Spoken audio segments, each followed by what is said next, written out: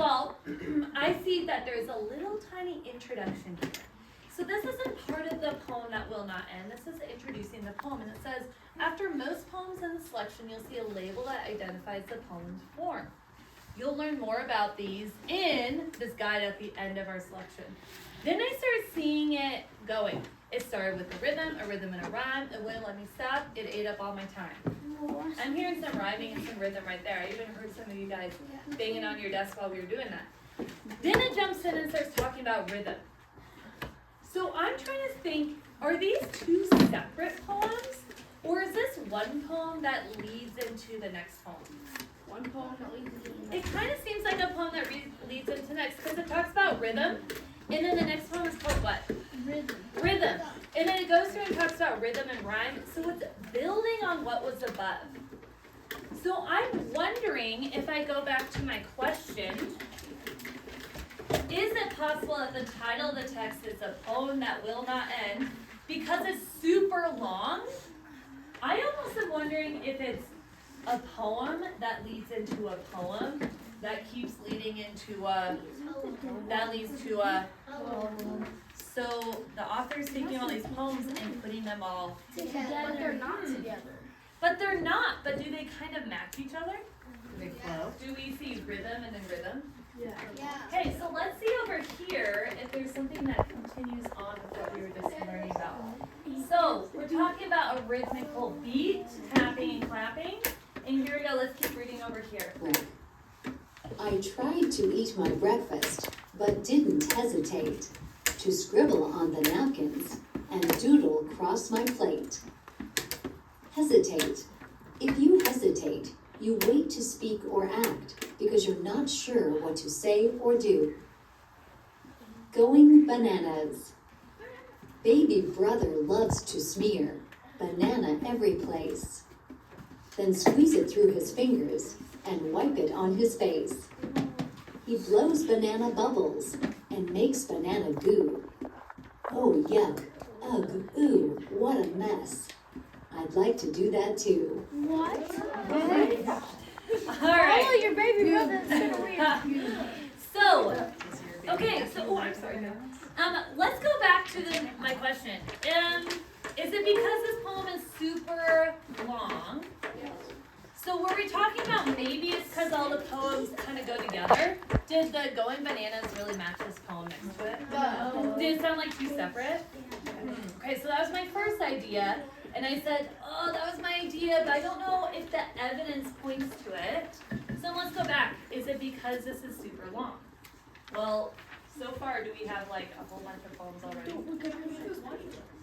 And when we flip the page, can we see even more? Another one, another one, another one. Dig it in the dirt. So, here's what I have to do now. I am now going to say, okay, I think I found the answer. It's called this, the poem that never ends, because it has a whole bunch of poems squeezed together in one massive selection. So I'm going to write, you guys can write in your margins, I cannot. So we're going to write over here. And I'm going to write answer to my question. I'm going to write it first. You guys don't need to write this one yet. So my answer is really found all over. It's on all my pages. And it's because the poem, it has lots of poems going from one to another.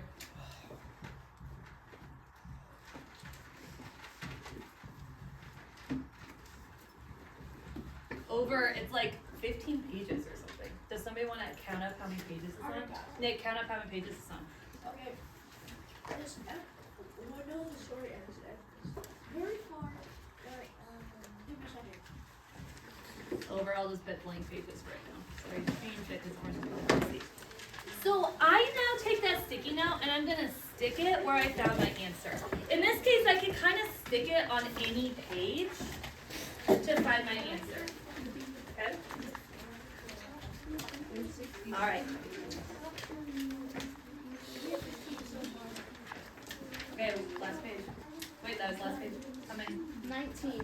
19? Yeah. Ish? Yeah, no wonder it's called The Poem That Will Not End. It's a 19-page long selection that we're reading here. Please tell me to go back to class. Okay, so we're gonna keep reading and we're gonna keep looking for another question as we read. It teased me as I walked to school. I scrawled on Eddie's shirt. There's our vocab. Footprints. Smooth patch of white snow, stretched out before watchful eyes. An invitation. Ryan O'Brien. Haiku. And Okay, so I am looking at that footprints one, and I'm looking at the where. You see the where question frames? And I'm kind of wondering, I think I'm gonna do the sleigh one. I would love to know, what does it say? I would love to, you can just watch and then you guys can do your own. If you wanna write it, you can. I would love to know where Ryan writes the poem. What's the name of the poem? The poem that Yup. Footprints. I would love to know where Ryan writes the poem Footprints. All right, Miss McKenna. I should have done this before we read that. Okay. So I would love to know where Ryan wrote the poem Footprints. So now I'm going to do some thinking and I think, okay, I can probably find the answer to this on my actual text that we just read. So I'm gonna go back, it's really short, so I'm gonna reread. I would love to know where, there's my WH word. Remember, we're writing questions that have WH question words, using our sentence frames to show our WH question words. So, I would love to know where Ryan wrote the poem Footprints. Where did he write it? Let's see. Smooth patch of white snow. Did he write it in the snow? No, he wrote. Okay, hold on, I'm gonna keep reading. Stretched out before watchful eyes, an invitation. It shows the Okay, picture. oh, now I'm looking at the picture. Is everyone looking at the picture? Yeah. Look at the picture. Okay, what do we see? I see a crayon, I see blue, and I see words, and then I see another kid. Do you guys see an answer there? Okay, what do you think? Where did he write Footprints? Think in your head. Where did he write this poem, Footprints? Ooh, where is he writing that poem?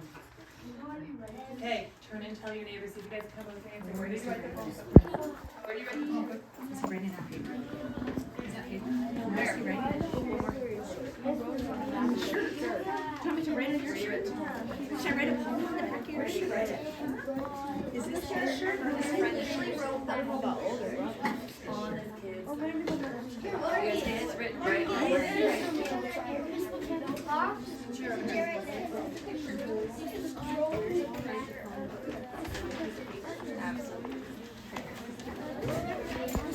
Nothing yet. Class?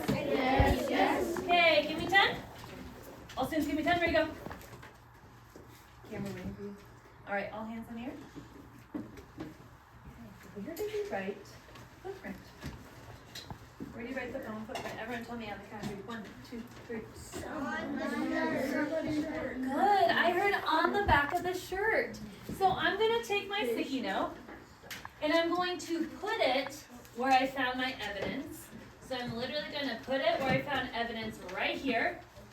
And then you guys could write it in the margins because I have a teacher book. I can't, so I'm going to get another sticky note. And I'm going to say, where did I find my evidence? On page 148. What shows me that? The words or the picture? The picture. The picture. Oh, thank you. And our words up here. What does it say up here? Ooh, so I can Eddie's underline that too. The pictures and the words. I scrawled on Eddie's shirt.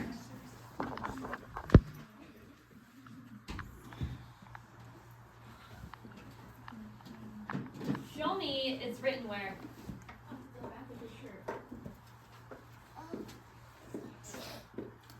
So, because we've got to show evidence, are going to be highlighting, circling, or underlining. Again, I can't do it in this book because this is the teacher book. We have to use it year after year, but you guys could right now. Circle the words that you saw, circle the picture you saw, and that's where you're going to stick your sticky note with your question, because you're saying, here was my question, but where did you find your answer? On this page, right? You found the answer on this exact same page. Then you circle your evidence or underline your evidence to show that. So here's what you guys are going to do. You guys have all of your ask and answer question charts in front of you, and you guys should have at least 3 or 4 sticky notes in front of you. I can bring more to you. And what you're gonna do is you're gonna keep reading through the poem. Now, if you want to listen to it on Into Reading, you can, but you need to have your physical book, just like me and Miss Berg did. We listen to it on the board, but what do we also have in front of us? Our book. Our book, and where do we put our sticky notes? On our computer? No, that doesn't make sense. Where do we put it? In our book. So you can listen to it. When you get to a spot where you have a question that you want to ask, you are going to put it into your book, and then you're going to look for evidence for the answer. So let's go through what we need. Number 1, we are going to make sure we ask and answer questions by using our WH words. Where can you find sentence frames to help you level up your questions? Your ask and answer question. On your ask and answer questions chart. Remember, if you guys are like, I'm really leveling up here, and you guys want to be in the busting level, then I'd be seeing you guys looking at that level, okay? We don't need to be sitting, we don't even have anything for cooked. Okay, we're way beyond that. That's like first grade. So I want you guys looking and saying, how can I level up as high up as I can go? Write 3 or more questions. Then find your evidence in where? In your book, okay? Finding answers to your questions. Is it possible that you can't find the answer to your question? Yes. Is that possible? Is it possible that your answer, you might have to infer it? Absolutely. Those are the best kinds of questions, the ones where you have to infer using your evidence. So if you can't find it directly back in the text, maybe you wrote a really good question that's making you really think deeply about the text. Can reset. Okay. So you guys are going to have 3 or 4 questions. We're going to be walking around and seeing your questions. I am going to be giving you guys a star if your questions are sounding awesome and following our one of our ask and answer question sentence frames. If I'm seeing, oh, we need some work, I'm going to give you a circle, and then I'll come back around and see if you fixed up your strategy. Okay? So, who can tell me, what are we doing? What are we going to be doing? Oh, I should have all hands up. What are we doing? Daniela? We're to listen or read the text. Listen or read the text. Next. You're going to be writing A question. questions on the sticky notes using our chart. Our church. Our level, yep, our chart levels. So level up and use the harder ones. And then once you ask your question, what are you looking for?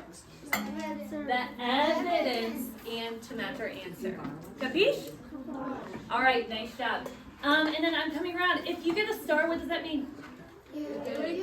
You're doing amazing. What if I give you a circle? You gotta fix it up, and then I come back and I give you a star. It means you are on track. Okay, Eva, go. All right. Everyone, I see you working in 5, 4, 3, 2, 1, go. Why do they all have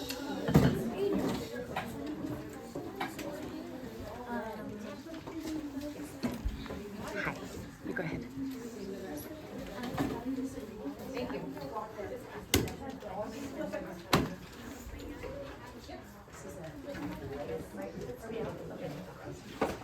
All right.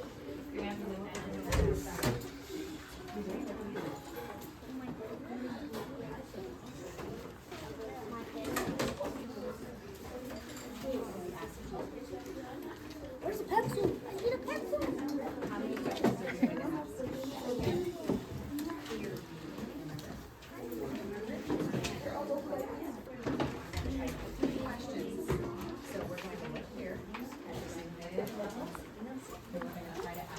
Wow, I already see Penny writing Okay. or reading. So we already were reading.